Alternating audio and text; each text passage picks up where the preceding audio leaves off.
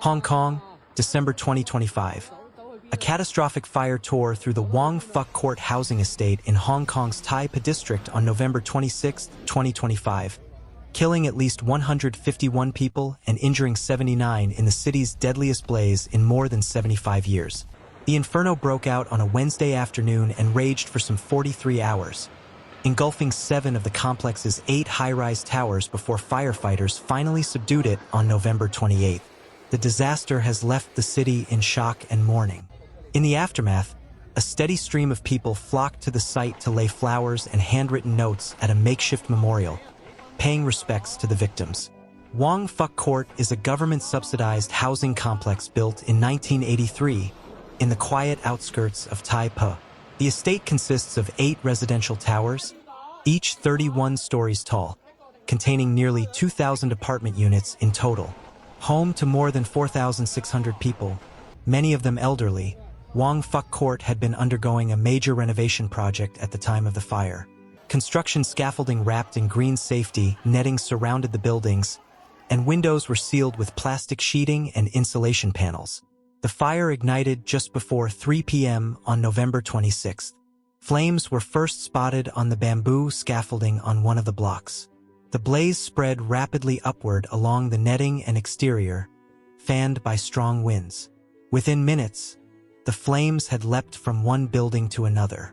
Firefighters arrived quickly but found the blaze had already overwhelmed several floors. Dense smoke filled stairwells, making interior rescue nearly impossible. Residents trapped in their flats waited for help as burning debris fell from above.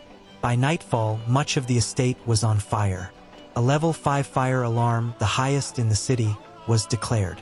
Hundreds of firefighters and emergency personnel were mobilized. Some residents escaped via balconies or rooftops, while others waited behind sealed windows for rescue. Many never made it out. Rescue efforts continued for more than 40 hours. 7 of the 8 buildings were damaged or gutted. The fire was declared under control on the morning of November 28. Over 2,300 firefighters took part in the operation. The extreme heat and dense smoke made conditions extremely dangerous. Among the victims were elderly residents, families, and at least 8 migrant domestic workers. One firefighter, 37-year-old Ho Wai Ho, died during the rescue. Survivors described terrifying conditions, with no alarm sounding and escape routes blocked. Many waited for hours inside smoke-filled flats, hoping for rescue. In the aftermath, the government launched multiple investigations. Early findings suggest that non-fire-resistant safety netting and insulation materials contributed to the rapid spread of the fire. There were reports of smoking on site and potential construction negligence. At least 14 people, including contractors and engineers, have been arrested. The tragedy has sparked public outrage and calls for sweeping reforms. Authorities have pledged to review safety standards, building codes, and contractor oversight. Thousands have visited the site to mourn, and donations are pouring in to help survivors. This fire has become a national tragedy for Hong Kong. As the city mourns its dead, many are asking hard questions about safety, accountability, and how such a disaster could have happened in one of Asia's most developed cities. Wong Fook Court was part of Hong Kong's home ownership scheme, developed to provide affordable housing to middle-income families.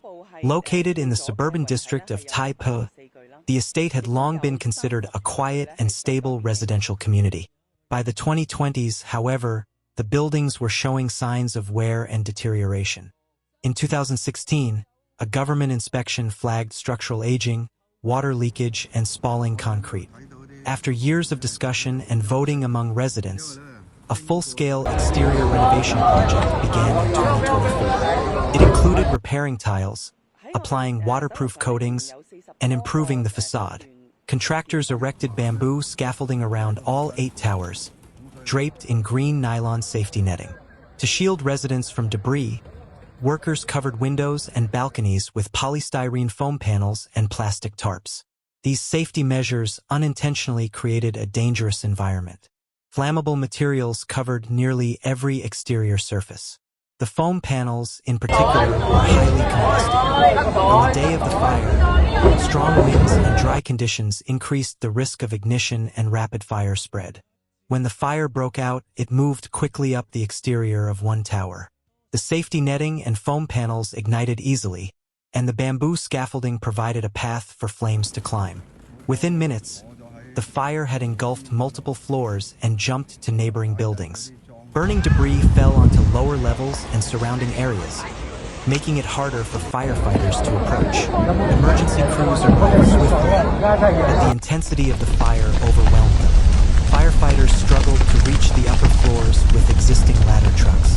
Many residents were trapped in their homes, unable to escape through smoke-filled stairwells. Others made it to rooftops, where they waited for hours to be rescued. Inside the buildings, people faced suffocating smoke, intense heat, and total darkness. Some used wet towels to seal doors and vents. Others called emergency hotlines, trying to report their locations. A few residents managed to rescue neighbors or children, guiding them to safety through thick smoke. Police arrested several individuals connected to the renovation project, including engineers and construction managers. Authorities also investigated the possibility of negligence or corruption in the approval and oversight of materials used. Public outrage grew as more details became known. Citizens questioned how such hazardous materials could be used on high-rise buildings. Lawmakers demanded reforms to fire safety regulations, and building experts called for stricter enforcement of codes. The government responded by suspending similar renovation projects citywide. A review of safety protocols was initiated, and officials pledged to ban certain materials in future construction.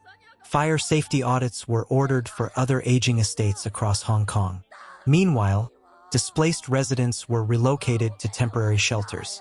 Community centers, schools, and hotels provided emergency housing. Charities and volunteers delivered food, clothing, and emotional support. Donations poured in from across the city to help those affected. Religious groups held prayer services. Families of the victims held memorials. A city in mourning came together to grieve and to ask how such a disaster could happen. For many survivors, the trauma remains fresh. Some lost their homes. Others lost loved ones. The emotional scars may take years to heal, but through it all, a spirit of resilience emerged. Hong Kongers expressed solidarity, compassion, and a desire for justice. Officials promised a full and transparent investigation. A commission of inquiry was announced, tasked with uncovering the truth and recommending reforms. Leaders pledged to hold all responsible parties accountable. The Wong Fook Court fire is now a turning point. It exposed vulnerabilities in building safety, oversight, and emergency preparedness. It highlighted the risks of using combustible materials on high-rise buildings. It revealed gaps in enforcement, and it showed how easily lives can be lost when corners are cut. Comparisons were quickly drawn to other high-rise fires around the world, including the Grenfell Tower disaster in London and a fatal fire in Shanghai. Like those tragedies, the Wong Fook Court fire was fueled by poor materials, rapid vertical spread, and systemic oversight failures. As the city rebuilds, many hope that the lessons of this tragedy will not be forgotten. New regulations, improved inspections, and better awareness can help prevent similar disasters. But for the families who lost everything, change cannot come soon enough. Hong Kong has faced many challenges in its history. The Wong Fook Court fire will be remembered as one of its darkest moments. But it can also be a catalyst for reform, a moment when a city stopped and resolved to do better, for safety, for accountability, and for the lives that were lost.